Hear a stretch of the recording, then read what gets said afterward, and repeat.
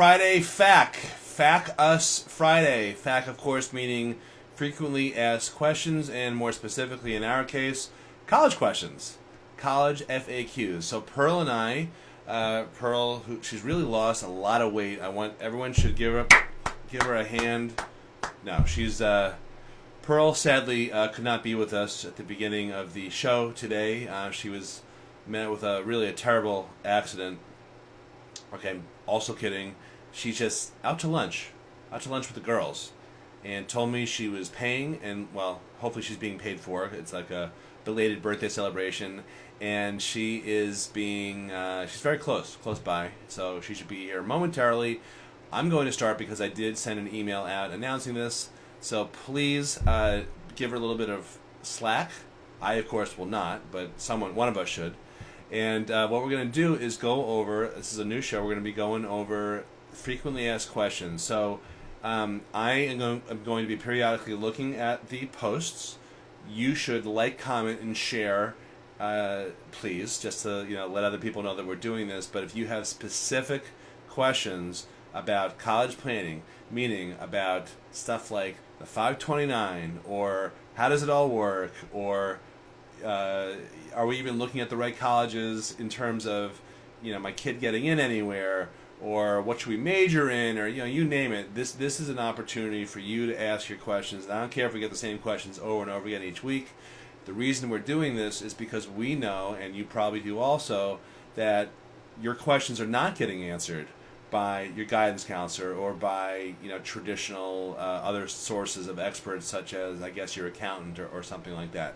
So I will be checking this periodically just to see who is on and who is with us.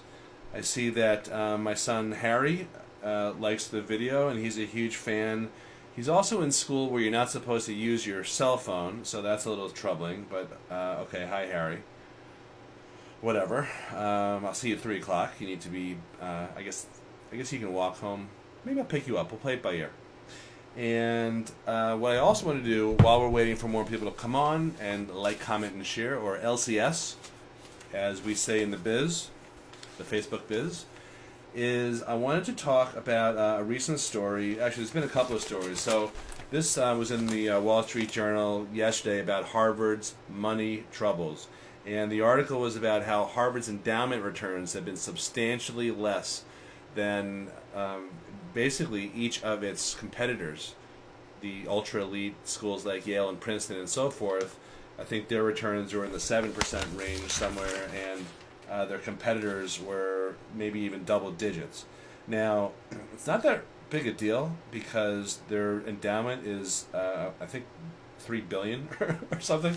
So, but this is very much in the news, and just I think just today I saw a piece about Trump talking about how he wants to see colleges use more of their endowments to help families who need it the most, and of course Hillary and Bernie, her godfather, I guess, or whatever their relationship is, they have both come out with, in my opinion, kind of crazy proposals or semblances of proposals to make college free. I don't know where it's all going to turn out. I don't think we're going to really see much in terms of change, but I think what you need to understand is that no matter who gets elected, you need to take matters into your own hands and arm yourself. Forewarned is forearmed. Learn how the whole process works. And Pearl, she didn't have a terrible accident.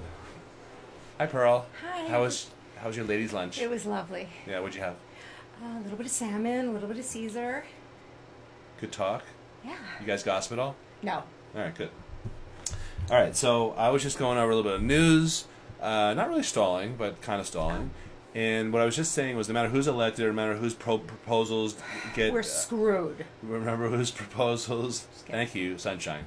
Now, no matter whose proposals get not passed or passed, as the case may be, your best bet is really taking matters into your own hands, and that means tuning into us here, reading up as much as you can, as much as time permits.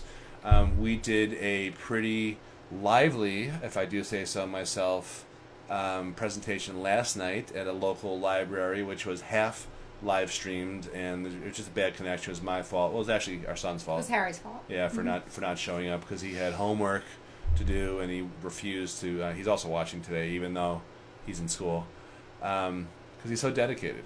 Interesting how last night he was too dedicated to come, but today he's not dedicated enough in school to be able to watch us. So I am checking the phone just in case he wants to say something back in his own fashion, but I haven't seen that yet. Okay. Anyway, so you should check our page too. Just check out the post, see if we get any questions that way, because if you're just joining us, it's Friday Factless Friday. You can ask us any question about college planning. We're going to stay on for another 25 minutes. And I wanted to show you something else that I was really impressed by, and it might be helpful also, and you haven't seen this yet. You know what this is? Nope. This is your new favorite client. This is a chart. Whoa. Yeah. I don't know if I can see this. If you guys can see this. This is a chart that a client of ours did with each college listed, as well as size of campus, location, when you visit, the number for admissions, the size of undergrads, the degree, SAT, Wow. early decision, early action, and all that. This is crazy. I know you're like giddy. Salivating. Right? Yeah. Okay. So I'll let you look at that later. Try not to let that Okay. distract you. Congratulations to Mr. Matthew Smith for putting that together. Here's a shout out just in case you're watching. And Amazing. I told him that he was probably going to be in the front running this year. We've had other clients in the Yes. past. Remember, I had a binder. that was Chris Halka, yeah. who may or may not be watching, who's an attorney. Yes. He gave you a tabbed, Tabbed. like a brief almost. Yeah, that was okay. Impressive. So the point here, besides just kind of being goofy, is that you really need to get organized as quickly as you can. Don't put it off, because half the battle in succeeding in college planning, whether it's visiting colleges, getting in, handling financially, and all that, is being organized. And of course, these are examples of clients who did things in addition to working with us. So if you're not working with us, you're doing it on your own. You have to be doubly organized. Please don't let things slip by. And you have to know what to be organized about.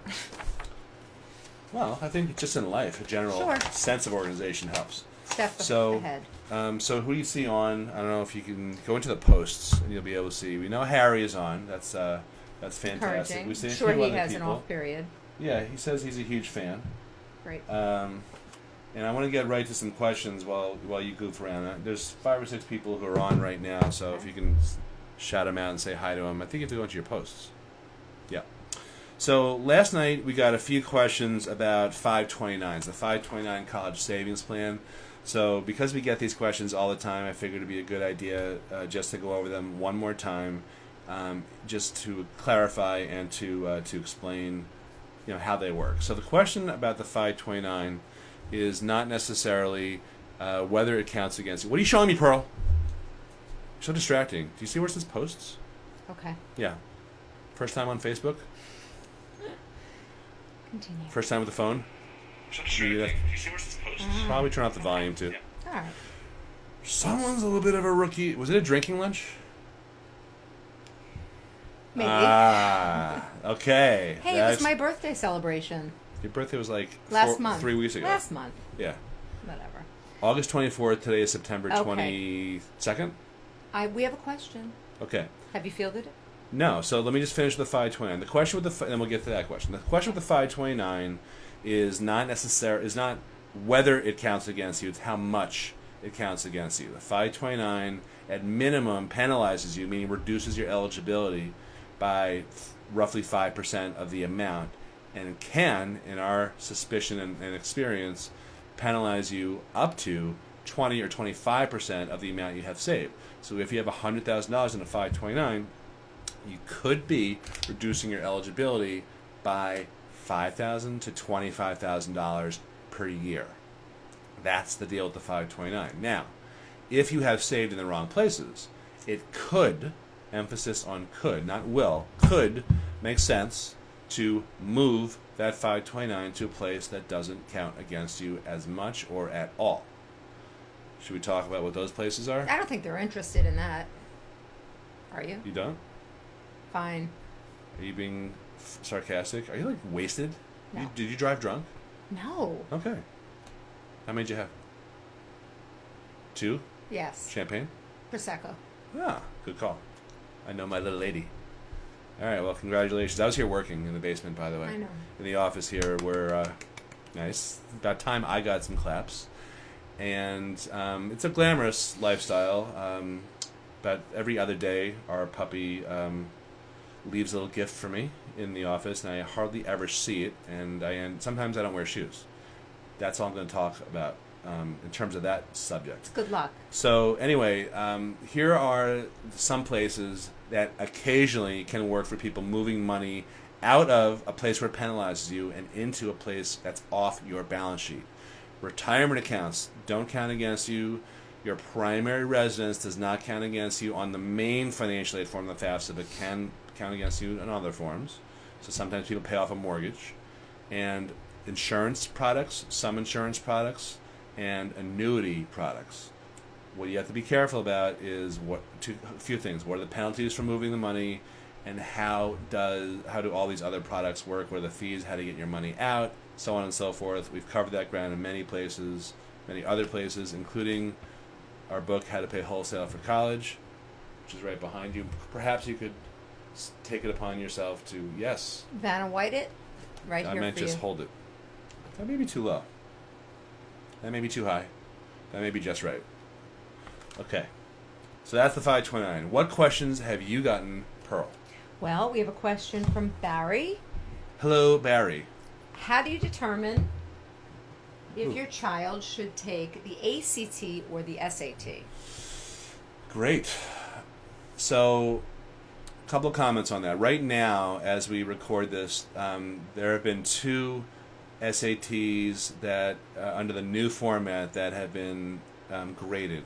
So the new SAT is still under, scrutiny in terms of how colleges and SAT tutors, ACT tutors view it. So that being said, colleges really don't care what you take, but strategically, if you want to give your kid the best shot at scoring the highest on standardized testing, and I'm just kind of repeating what what I hear from different tutors, is if you're about even, go with the ACT, because that doesn't have any of the new format issues that the SAT does. But if you do far better on the SAT, which so far most kids are not doing, because the new SAT is far more ACT-like, which is suspicious, I guess. If it's about equal, to take whatever you're more comfortable with. But if you're doing better on the ACT, definitely take that. And if you're doing better on the SAT, go with that. But there really at this point, there seems to be similar results in this preliminary sort of status that we're in right now. So I would take 2 mocks. I would take a mock SAT and a mock ACT and see how you do, and then take it from there. But it really doesn't matter. Colleges take both. Okay, and we have a question from Steve. Do colleges Hello, really... Steve. Hi, Steve. Are these people you know, or just long-time listener, first-time caller, yes. Steve? First-time poster? Steve wants to know, do colleges really ever look at the teacher references, or is this just a checkbox? Huh. That is a... Damn, I like that question. I don't think we've ever gotten that question. No? Ever in the history of Friday Fact. Friday. Friday Fact. Friday. Friday Fact. Ooh, you go fact yourself. So... Back you. Here... It's really the same joke. So here's what I think about recommendations. The bigger picture is that because of grade inflation, it's getting harder and harder for admissions officers to figure out the qualifications of kids, because the most commonly given grade is A. There are many districts that don't give C's. Ours is not one of them, at least if you look at our kids' grade. I'm sorry, I digress. So I don't think teacher recommendations are ever going away, and I think they can be helpful to admissions officers. And sometimes it's helpful not in as much for what they say, but perhaps what they don't say. So, in other words, it's very unusual to get a really bad recommendation from a teacher, because you wouldn't ask a teacher to give a bad recommendation. But if it doesn't have certain, I don't know if buzzwords is the right terminology, or if it doesn't say certain things that speak to the kids' interest in learning, the kids' participation, you know, wanting to be there, you know, to educate him or herself as opposed to just getting grades, trying to get good grades. I think that if that stuff is absent, then some admissions officers are sophisticated enough and smart enough to read into that. And I actually, I misspoke. So we have gotten that question before, and what I mean by that is that when I interviewed two of our former admissions officers, Hannah and Sarah, over the summer when we were launching our product, the Incomparable Applicant, which is still available and still makes a great holiday gift. That's we'll post that later, incomparableapplicant.com, unless you want to do it now. Sure. I did ask them that specific question. Even though we were talking about essays, I was just firing off all sorts of other stuff that popped into my head because I have some clearly ADHD issues. And that was one of the questions. I said, how do you know if a recommendation you get is trying to tell you something between the lines or not? And it's not, it's not like it's that obvious necessarily, but that is certainly a suspicion I've had, and I've heard that from other admissions officers. These girls that we have working with us, they were both on the admissions staff of the University of Chicago, which admits 7%. So they really know how to scrutinize applications from very high achieving kids. So great question that both of us asked. But I'll give you more credit. Okay. That is a private joke that probably no one really gets except the two of us and Pearl's sister Marla, if you're watching. Okay. Any other things pop in on Facebook? Not just yet. Okay. All right. We also got some questions on last night on the timing, how the whole thing works. So let me just interview you, Q&A, and you're okay? You're not. I'm good. You're not going to barf or something? No, I'm well fed. She has a little tendency. No, never mind. So we could do another show. We could. That'd be lots of shows. More of a reality show. We have a plethora of shows in us. A plethora. What was a panoply? A panoply. Yeah. So, okay. By the way, all those dumb SAT words that you had to memorize no longer really have to be memorized the same way. I mean, you still have to know vocabulary words, but that's one of the changes in the SAT. So let's talk about timing in terms of, I guess, first of all, the FAFSA and the CSS Profile, which are not the only forms, but those are the two major forms that are coming out. So when do they come out and when do they due? And then we'll talk. Then just answer that first. Okay. Don't go into one of your Pearl explanations, okay. And then we'll go back. Okay. Timing you. Go. The FAFSA and the CSS Profile are coming out in October, which is October what? October 1st. Okay? One day in October.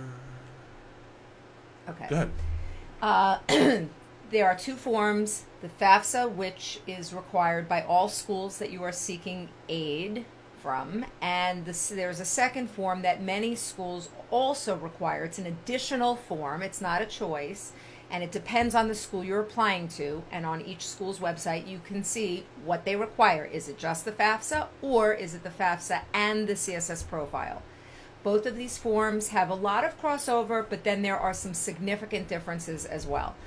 The CSS Profile goes into a lot more detail and asks you and considers more information that the FAFSA does not get into. For example, or are we harnessing me? For example, on the CSS Profile... Harnessing? That's what horrible image. On the CSS Profile, your retirement information is requested. So they want to know the aggregate amount of retirement savings that, if you're a single parent, then your information, but separate if you're married. Do you remember I asked you about timing? Not yes. What's included? Okay. Is that what you mean by harnessing? When is your deadline? Depending on how you're applying to a particular school, whether it's early decision, early action, or regular admission, will determine when your priority financial aid deadline is. So you need to look on the school's website to find out when your priority financial aid deadline is. If you are applying early action or early decision, that date is generally and in increments of 15 days, beginning November 1st. A lot of schools have that as the priority financial aid deadline. I believe University of North Carolina may even be October 15th. What? I'm not positive. Just saying. Here's the bottom line without getting too into the weeds. My inebriated bride. That you need to check every deadline. That's the bottom line. Don't just assume things. Don't be blindsided. And your application deadline for admissions is different than your financial aid application You're deadline. an angry drunk, aren't you? This is so fun. Okay. All right. So now let's talk about what information goes on the forms and when. So when you file your FAFSA, they're asking about income information and they're asking you about savings and other information. It's about 108 questions. I don't know if it's fair to call it straightforward, but you understand there's all sorts of nuances and 1,100 pages of regulations behind it. This is a very oversimplified discussion about it. So what are they asking for in terms of income? And that's the only thing I want you to answer. Fine. For those seniors who are graduating in 2017, your parents' 2015 tax return information is the base year, and that is the tax information that goes on the FAFSA. And when I say, or the FAFSA says income, do they mean just your W-2 wages, Pearl?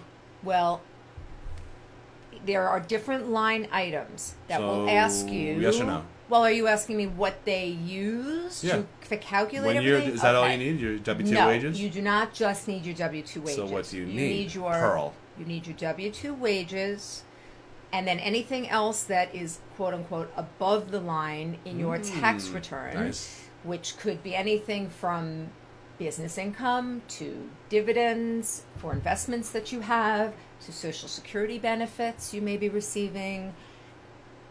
You can look at your tax return and see items number 7 through 22. What about untaxed income? What about pension? Income? There is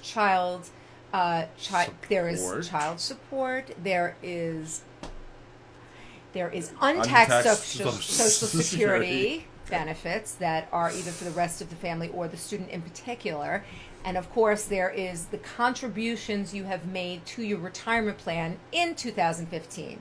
And while those items are untaxed for tax purposes, the untaxed income items, unfortunately for financial aid purposes, get added back into your income in terms of the formula that the schools use to determine your award. Okay, so let me put that in English.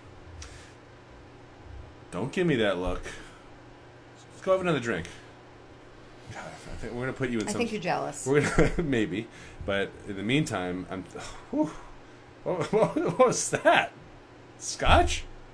Do you have a Boilermaker? Were you doing shots? You totally did shots. No. Okay. Should we talk about college stuff? Okay. Instead of your drinking problem. So, in plain English, you're going to have to put back in any retirement contributions into your income. It counts. Because you took the benefit of deducting it on your income taxes, but you can't also receive the benefit. No double dipping. For financial aid purposes. It's a bummer, but it's reality. Yeah. If anyone has the number for the Betty Ford Clinic, please post that in is that still around? I think so. Okay, please post that, please. Okay. She's not still around, but right, drank herself to death, that old bat. So, all right, Bonnie Jean. Couple of questions from Bonnie. I can handle this. Okay, don't mistrust me. Priority financial aid deadline different for early action and regular decision. Yes. Potentially. Generally, school by school. Yes. For early action and early decision, generally no. But the point is, yes, you need to go on the school's website and it will say priority financial aid deadline for early action is November 15th, November 1st, whatever. And then it'll tell you when the FAFSA and the CSS are due, and then it will let you know if you're applying regular decision, or for that matter, and for those who are watching, returning students. You'll be pleased to know that you're less under the gun, obviously, in future years, because the returning students deadline is typically much later than the incoming freshman deadline. Steve Hartman has a question. Does anyone else have the delay of video versus voice? Steve, I think you're drunk too. No, I'm kidding. That happens a lot sometimes. So it's like a Bruce Lee movie. It's either... have you ever watched any? Yes. Which Remember? ones? We were really into it? Enter the Dragon? Yes. We've watched them I together. like the one where he fights Kareem Abdul-Jabbar. Remember when we used to take karate? Yes. Taekwondo? Yes. Remember when I was better than you and I got the big trophy? No. I You did. still have that? Maybe. Okay. I don't want to rub it in your face. All right. You get the drinking trophy. So sometimes it's our feed. It could be your feed also, but it's probably us. It's just Facebook. Try refreshing us. Yeah, try to refresh. Something refreshing. Perhaps a beverage. It's after 5 somewhere in the world, ladies and germs. Lots of places. Yeah. Okay. So now let's talk about what forms are required. I guess we kind of covered that a little bit. And One other little mention. Sometimes a school itself will have its own institutional form as well. So you need to pay attention to emails that you or your child may be receiving with respect to financial aid, or for that matter, admissions. Are you trying to... Relax. No. Sometimes you're a little more tense if you have a drink or something. There you go. That's better. So you just, again, check the website. For each form required. Right. Yeah. Just pay attention to the emails. Yes, besides the main forms, the FAFSA and the CSS profile, if required. Sometimes, for example, Princeton, Penn, they have their own institutional form that, in addition to the CSS and the FAFSA, that they're going to ask you to fill out, that covers most of the same information. All right. Sometimes it'll even be a little more invasive. And typically the schools that have this additional institutional form are schools that, while they may be more generous, may put you under more scrutiny when determining whether and how much aid to give you. And sometimes I believe it's like schools like University of Wisconsin and some other schools that are FAFSA only schools require an additional form which asks a few of the questions that are on the CSS profile. I don't know if this is right or not, but like about your home. I think Wisconsin, or it's another school. So there's one school out there that might be Wisconsin-esque that only takes the FAFSA, which does not look at your primary residence as an asset. They may also decide to ask additional questions because they can. And I think that's one of them. Right. So I want to talk a little bit about divorce. Not us. I want to talk about... thanks so much. You too. Public display. No. We got some questions... No. We got some questions last night about Prince Charming, which was said very facetiously. It was very funny. Yeah, it was hilarious. Yes. Yeah, we had... I feel like the people We last had a night very were... fun crowd. Yeah, I think they were drinking last night. And you don't always think of Sea Cliff as such a fun place, do you, Pearl? Nope. Do you, Pearl? It was fun. Okay, so sometimes you're surprised. Yes. Gotta keep So- an open mind in this process. Anyway, so the question had to do with a wealthy ex-husband, Prince Charming. Prince Charming, a.k.a. Prince Charming. Prince, a.k.a. Prince Stingy. Stinginess is not a charming quality. Not so charming. Yeah, for the most part. Hence the facetiousness. Right. Thank you. Continue. It's- I digress often. Okay, so the question was, he can afford to pay a whole lot more, but he's only on the hook for something like $20,000. What do I do? So explain that. Okay, well, in a divorced or separated situation, the rule of thumb is, and for FAFSA only schools that are only requiring the FAFSA, the custodial parent's information is the only information that is used in determining a financial aid award. Who is the custodial parent? It is the parent with whom the student resides with more than 50% of the time. It can be the person who is claimed by that parent on the tax return, but it need not. The fact that a student is claimed on the non-custodial parent's tax return does not determine one way or the other about who is the custodial parent. It is who the child lives with more than 50% of the time. With that, if it is a school that requires only the FAFSA, only that parent's financial information is used. Period. End of story.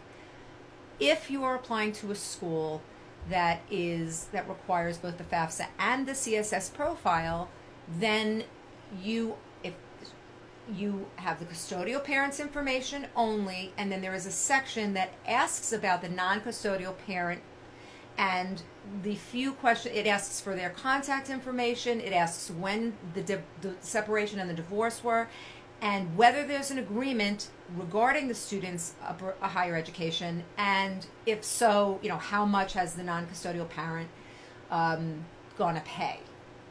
Obligated. It's two different questions. Ooh, yes, there is nuance. Yes, it's a nuance. Is there an agreement specifying the contribution? Yes or no? And then the way the question is asked doesn't say how much does the agreement say. It says how much will sometimes there is no agreement. Will the non-custodial parent pay? Or sometimes the resources to be able to pay far exceed the legal obligation that was agreed to in the settlement agreement decades before. And now, so that's the facts where we have a school. If you're just joining us, it's Friday FAQs, where we're talking about your college planning frequently asked questions. If you have a frequently or not so frequently asked question, post it. Please like, comment, and share. Please help me. Well, you'll probably defend Pearl because that's usually how it goes, but you can help me rag on her if you want. Thanks. She had a few drinks at lunch. She was a little late to the set. Just a few minutes. Yeah, well, do you ever see Kelly Ripa being late? No. Except that time when she was angry that Strahan was leaving and she didn't show up for work for 2 days. So she was. Well, she didn't show up. And she was called angry. in ahead of time. I came in jolly and smiley. Yeah, at least you weren't angry this time.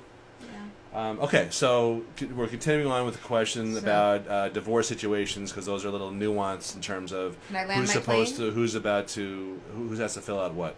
So you were saying... I was saying... resources versus obligations of the non-custodial parent. Okay, so now I was just speaking about a school now that requires the CSS profile and the FAFSA. As I said, they would need primarily the contact information of the non-custodial parent and just a few other questions. Who claimed the child on the last year's tax return? Okay. A subset of schools that require the CSS profile, not all of them, but a subset, a significant subset, also require what's called the non-custodial parent profile. The NCP. That brings in all of the non-custodial parents' financial information, their assets, and if they're remarried, their new spouse's assets and income information, other household numbers, etc. It's all in play, and that financial aid awarded a school like that will be determinative of both parents' financial information. Now, just to be fair, it does not appear, and this is not a published formula, but this is only from sort of discussions, does not appear that 100% of the non-custodial parents' income, assets, household income, household assets will be considered, but a portion of it will. The point is that for roughly, 90 or so colleges, they will require income and savings and other information from the non-custodial parent. That's right. And did you define what non-custodial parent means? So in divorce situations, frequently parents will take the kids as deductions, or they might trade off as deductions on the tax returns. I already went over that. You did go. Well, why don't you say yes? Yes. Did you hear me? Yes. It is not necessarily the parent who claims the child on the return. I'm so embarrassed. It might be, but it need not be. I'm mortified. It's the person with whom the child resides with more than 50% of the time determines the custodial parent as compared to the non-custodial. Good. Now, the last comment on that is, and I don't think we said this last night, is that it's not like there's a bed check. It's not so we're not suggesting you do anything fraudulent. You have to do everything in good faith, but the rule is that the parent that the kid resides with the majority of the time needs to be the nominee to fill out the forms. That being said, there's some flexibility, and one parent looks a lot worse on paper, meaning lower income, lower assets, which in fact means better for in the twisted, bizarre world of financial aid. Then maybe that person should be the non-custodial parent. And we've seen very interesting situations where two parents live near each other and they figure this out versus two parents who didn't live anywhere near each other. I'm talking about Suffolk County, Long Island, which is out east, and then Western Nassau, and then western, southwestern Nassau, and Long Beach, where somehow, even though the district was out east, the Long Beach dad was the custodial parent. 12th graders drive, and Right. sometimes they finish up with school, a little more remotely. But Well, in all honesty, that actually was the case for him. He told me that. So good. I'm just saying that he wasn't questioned on it. It's all on the up and up. Yeah, well, you don't want to do anything that is going to Gonna open up some hamstring you, sort of absolutely. open up a Pandora's box, perhaps, or a can of worms, or hamstring you. You can pick the metaphor. Simile, and you just have to do everything in good faith, and you don't want to lie in these forums. That seemed to come up a lot in our talk last night too. A lot of questions about politics too. do I have to tell them last night, or did we just bring it up, or did I just bring it up because you're too much of a wuss? What about politics? Yeah. No, I'm just saying the whole lying in politics. Oh, I thought you meant. Okay. Yes, politicians lie. Thank you for joining us on Facebook today. Okay, so I think that's probably almost enough here because we're running out of time. I have to go pick up young Harry Lockwood. Were there any other things that's kind of sprung to your mind last night in terms of questions that we either get or should get, and you want to talk about this on the Friday FAQ, Friday FAQ, which is, again, if you're just joining us, every Friday. I thought we said we're going to do it at 1 o'clock. We might do it 2 o'clock. Just like our page, and you'll be notified. And ask your questions. And comments. comments. We'll get to them. Comments. We will absolutely, because we know that there's a lot of confusion. There's a lot of stress.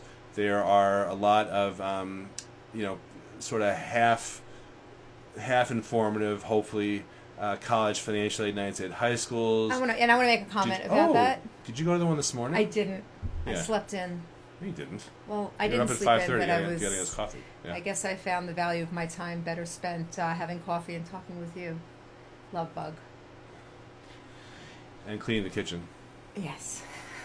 Okay. But in all seriousness, I know that there are financial aid nights aplenty this time of year at all the local high schools, and sometimes the information, and you had touched on it earlier, you said, oh, well, is the form straightforward? Is the FAFSA straightforward? The FAFSA has fewer questions than the CSS Profile. Okay. You know what? Straightforward to you. There's form and then there's substance. The form itself, it's straightforward. It's in English. You can read it and no, on its face, it may seem... You know what else is? A tax return. Yeah, tax exactly. return, yeah. Now, where it gets extremely convoluted, and I dare say they do not touch on this in any high school financial aid night. I think it's just a lovely representative from a local college who is showing you, this is a FAFSA, and these are the questions that you have to answer, and this is the CSS profiles. Maybe they'll tell you that, and perhaps this is something that some of the schools you're applying to will also require. But generally, they talk about the FAFSA and la da da da da. The whole thing turns on what numbers you are actually arriving at to put in this form, and are they properly and accurately representing your best foot forward in terms of a financial aid application? Game. It is. And you want to be, it is a federal deal. form. It's a federal form, so we're not suggesting that you do anything that's right, but wrong. For you, anything that's wrong, that's correct. That's wrong. Or fill out the forms while you're inebriated. Don't do that either. She never is like this professionally. But you want to make sure that you are putting your best foot forward from a financial aid standpoint. You want to make sure that the numbers that you are putting into these forms represents everything, but not other things that shouldn't be there. And you want to get it right. If you make a simple mistake, you will be sabotaging yourself. Yep. And if you don't understand the rules and take advantage of loopholes that Correct. are legal and ethical, And there are many. such as the ones we talked about in terms of moving money around at the top Right. of the show, then you're probably overpaying and you don't have to. You're needlessly forking over money that you don't need to pay, and you're foregoing grants and scholarships that Right. you deserve and don't need. and don't count on the financial aid officer at any particular school to find your mistakes and Why? address them in your favor. Why? Because it doesn't happen that way. Why? Because I'm trying to give our audience a realistic view of things. Because when Why you doesn't it live- happen that way? Because they are in a business. Oh. Colleges Oh. are a business, and while there is a certain amount of money that they earmark each year for need-based and merit-based candidates that come to their school each year, there's a lot of demand and less supply, and they are careful and choosy about how they dole it out. Okay. Well, I think we should call it our Are we Rapparoony. sufficiently fact? What do you? What are you doing now after the show? Nap? I don't know. You don't seem that tired. I'm not that tired. Gonna go for a massage or something? Take the rest of the day off? No. Want to go to a kid's an 8th grade girls soccer game? Yes. Okay. I'll see you there. All right, so this has been our first ever episode of Friday FAQ, Friday FAQ. If you have any facts, if you are just thinking to yourself, what the fact? I don't understand anything about facking college. I'm feeling so fact. Yes.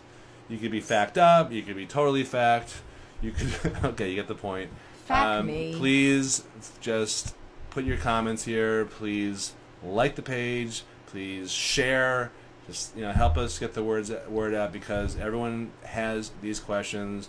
Actually, one last thing I noticed from a couple people last night, including our friend Sue, who was there. She said something, and she felt almost, I guess, embarrassed about the question she was asking, because she felt like it was, a silly question or just an obvious one. And I can promise you, I don't even remember what she asked me. I was thinking this at the time. I've probably heard that in every question. The two of us have probably heard them literally dozens and dozens of times. So if you think you have a question that's kind of silly but you don't know the answer to, we'll give you the answer, and don't feel ashamed or anything like that. No. Okay, that a nice little way to wrap up. Yes. Okay, so I'm gonna go make her a cup of black coffee, and think you're gonna be HO tomorrow. Only if I'm cool. All right, so this is Andy Lockwood and the Giddy Pearl signing off. Congratulations on our first Friday FAQ. Thank you for watching, and we'll speak to you soon. Bye-bye.